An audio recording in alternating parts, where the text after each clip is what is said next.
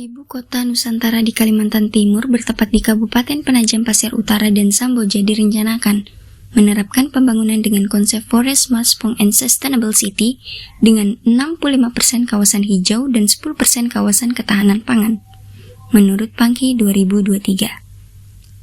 Realisasi target distrategikan dengan optimalisasi lahan dan pengembangan potensi hutan tanpa meninggalkan aspek konservasi melalui program agroforestry dan perhutanan sosial. Pemanfaatan jasa lingkungan dan integrasi lahan dalam kondisi keterbatasan dan kepentingan dari program penghijauan merupakan kombinasi multi-usaha kehutanan dan konsep usaha budidaya lain, meliputi pertanian, perikanan, perkebunan, hingga pariwisata dalam suatu produktivitas lahan menghasilkan diversifikasi nilai dan produk guna mencapai kebermanfaatan sosial, keberlanjutan ekonomi, dan kelestarian ekologi. Pembangunan keberlanjutan atau Sustainable Development Goals merupakan rencana dan target strategis melalui kesepakatan internasional dalam mencapai kualitas kehidupan secara global yang diturunkan pada nilai-nilai kebijakan dan implementasi aksi nasional hingga tingkat lokal. Pengelolaan lahan berbasis konservasi dan pendidikan atau ekowisata merupakan salah satu upaya percepatan pertumbuhan ekonomi melalui pengembangan nilai strategi usaha, peningkatan pendapatan dan penguatan kelembagaan komunitas lokal, salah satunya konsep pengelolaan lahan yang dikembangkan komunitas peduli mangrove Desa Modang. Desa Modang merupakan salah satu desa dari 12 desa di Kecamatan Kuaro, Kabupaten Pasir, Kalimantan Timur.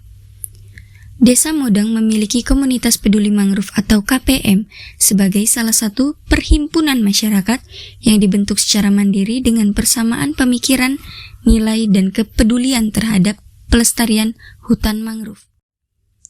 Komunitas peduli mangrove didirikan pada tanggal 12 Januari 2023 dengan beranggotakan sebanyak 15 anggota yang telah ditetapkan dengan berdasarkan surat keputusan Kepala Desa Modang nomor 140 KEP 37 DM 2023 pada tanggal 2 Oktober 2023.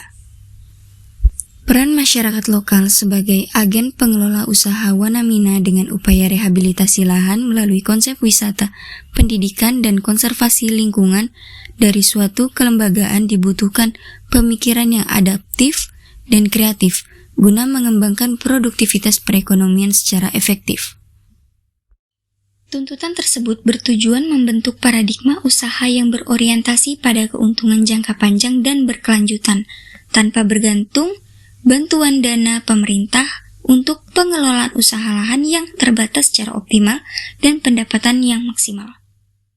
Komunitas peduli mangrove Desa Modang mengembangkan usaha produk dan jasa lingkungan berbasis pengelolaan lahan berkonsepkan Wanamina atau silvofishery, eksplorasi potensi dan pengembangan strategi pengelolaan guna mengoptimalkan nilai jasa lingkungan Wanamina.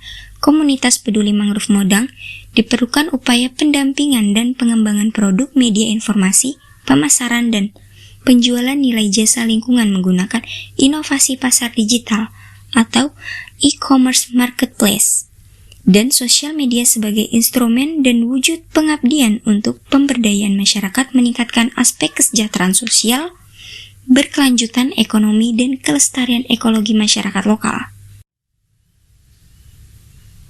Pengembangan media digital tersebut dapat memperluas jaringan informasi terkait kelebihan jasa lingkungan Wanamina sehingga meningkatkan pengetahuan dan perhatian masyarakat, dapat berkunjung dan peluang kemitraan untuk mengembangkan potensi dan komunitas.